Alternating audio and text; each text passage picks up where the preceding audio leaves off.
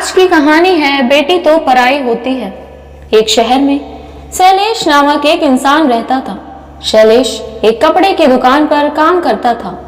उसकी बहुत साल पहले शादी हो गई थी। शैलेश को हमेशा से लड़का चाहिए था। लड़का ही वंश का कुल दीपक होता है, पिता का नाम रोशन करता है और बुढ़ापे का सहारा होता है।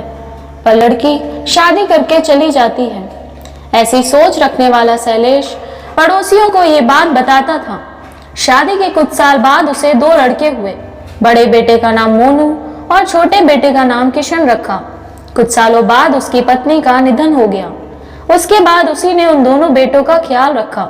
समय बीता और उसके दोनों बेटे बड़े हो गए और अब दोनों बेटे नौकरी कर रहे थे।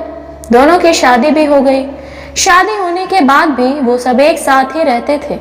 कुछ साल एक साथ खुशी में गए, लेकिन बाद में दोनों भाई एक दूसरे के साथ झगड़ा करने लगे। दोनों बहुओं में छोटी छोटी बातों पर मतभेद होने लगा। ये सब देखकर शैलेश को बहुत बुरा लगता था। अब दोनों ने अलग रहने का निर्णय लिया और वो अलग हो गए। फिर पिताजी का ख्याल कौन रखेगा, ऐसा सवाल उनके मन में आया। दोनों बेटे एकाएक महीना संभाल लेंगे ऐसा तय किया। शैलेश एक बेटे के साथ 1 महीने के लिए रहने लगा, फिर दूसरे बेटे के पास 1 महीना। ऐसे उसका बंटवारा हुआ। पर जैसे जैसे वक्त बीतता गया वैसे वैसे बहुओं और बेटों में ससुर शैलेश को लेकर झगड़ा होने लगा। दोनों बेटों के घर में झगड़े का कारण शैलेश रहने लगा। ये बात शैलेश को अच्छे से समझ आ गई थी। अब शैलेश को पुरानी यादें याद आने लगी थी। उसने जिंदगी में कितनी बड़ी गलती की थी, ये उसे अब समझ में आ रही थी। पर अब इसका क्या फायदा। आखिर दोनों बेटों ने पिताजी को वृद्धाश्रम भेजने का निर्णय लिया। एक दिन दोनों ही पिताजी को लेकर वृद्धाश्रम में गए। वहां जाने पर सभी औपचारिकता पूरी करके पिताजी को मिलकर वो दोनों अपने अपने घर वापस चले गए। बेटों के घर जाने के बाद वो बहुत रोने लगा। उसके बाद वृद्धाश्रम में कई लोगों ने उसे समझाया, पर वो बहुत दुखी हो गया था। शैलेश को वृद्धाश्रम में आए 8-10 दिन हो गए थे। वो किसी से भी बातचीत नहीं करता था और एक पेड़ के नीचे बैठकर विचार में मग्न रहता था। वहां के लोग उससे पूछते थे, पर उसने किसी को भी कुछ नहीं बताया। कुछ दिनों में वो एक व्यक्ति से थोड़ा बहुत बोलने लगा। बाद में दोनों की अच्छी दोस्ती हो गई। एक दिन वो दोनों बैठे थे, तब वो व्यक्ति शैलेश को अपनी कहानी बताने लगा। वो बोला कि मुझे एक ही बेटा है। वो मेरे साथ छोटी छोटी बातों पर झगड़ा करता था। इस बार से मैं बहुत ऊब गया था। उस वजह से मैंने वृद्धाश्रम में रहने का निर्णय लिया। मुझे कभी कभी लगता था कि मुझे बेटे के साथ एक बेटी भी होती तो कितना अच्छा होता। कदाचित आज वो मेरे बुढ़ापे की लाठी बन सकती। उसका बोलना सुनकर शैलेश और ज्यादा दुखी हो गया और बहुत गहरे विचारों में खो गया। अनिल को दुखी अवस्था में देखकर उसके दोस्त ने पूछा, आप क्या सोच रहे हो?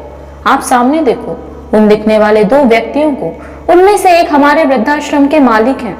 उनका नाम राजन सेठ और दूसरी उनकी बेटी है, उसका नाम काव्या है।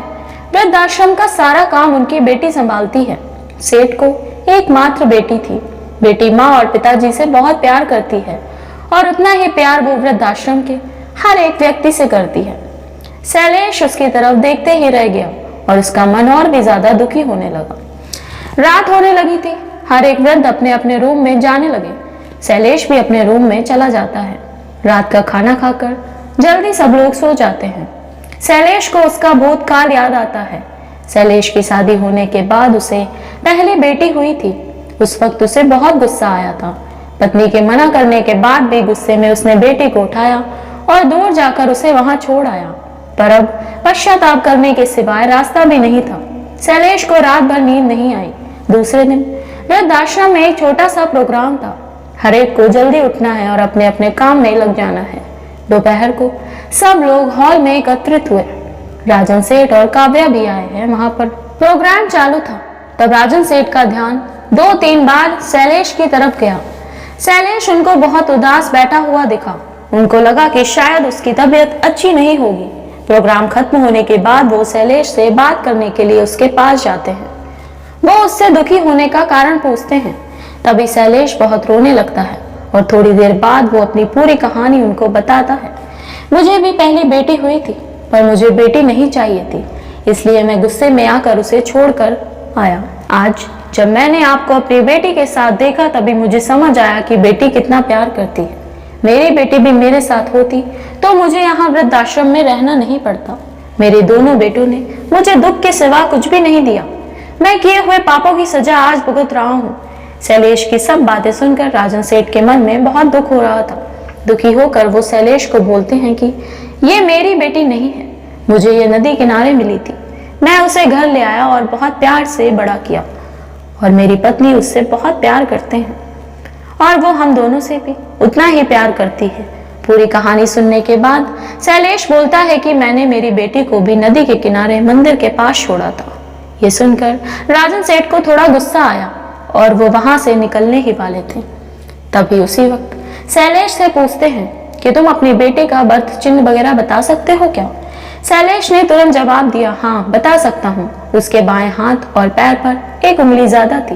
यह जवाब सुनकर राजन सेठ को विश्वास हो गया कि काव्या उसी की बेटी है। ये सब सुनकर राजन सेठ वहां से चला जाता है।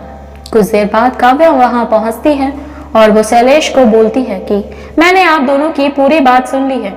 आपने मेरे बारे में जो भी कहा वो सुनकर मेरा मन बहुत दुखी है। एक पिता खुद की बेटी के बारे में ऐसा निर्णय ले सकते हैं, ये सुनकर मुझे बहुत बुरा लगा। आपने जो भी किया वो बहुत गलत था। आपने मुझे बेटी बोलने का अधिकार खो दिया है।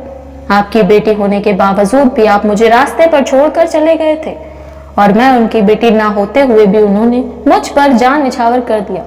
इसलिए वही मेरे सच्चे पिता हैं। आप इस वृद्धाश्रम में रह सकते हैं, पर आज आपने उनके सामने जो बोला है वो फिर कभी भी उनके सामने मत बोलिएगा, क्योंकि आज तक मैंने उनको इतना दुखी कभी भी नहीं देखा। इतना बोलकर काव्या वहां से चली गई।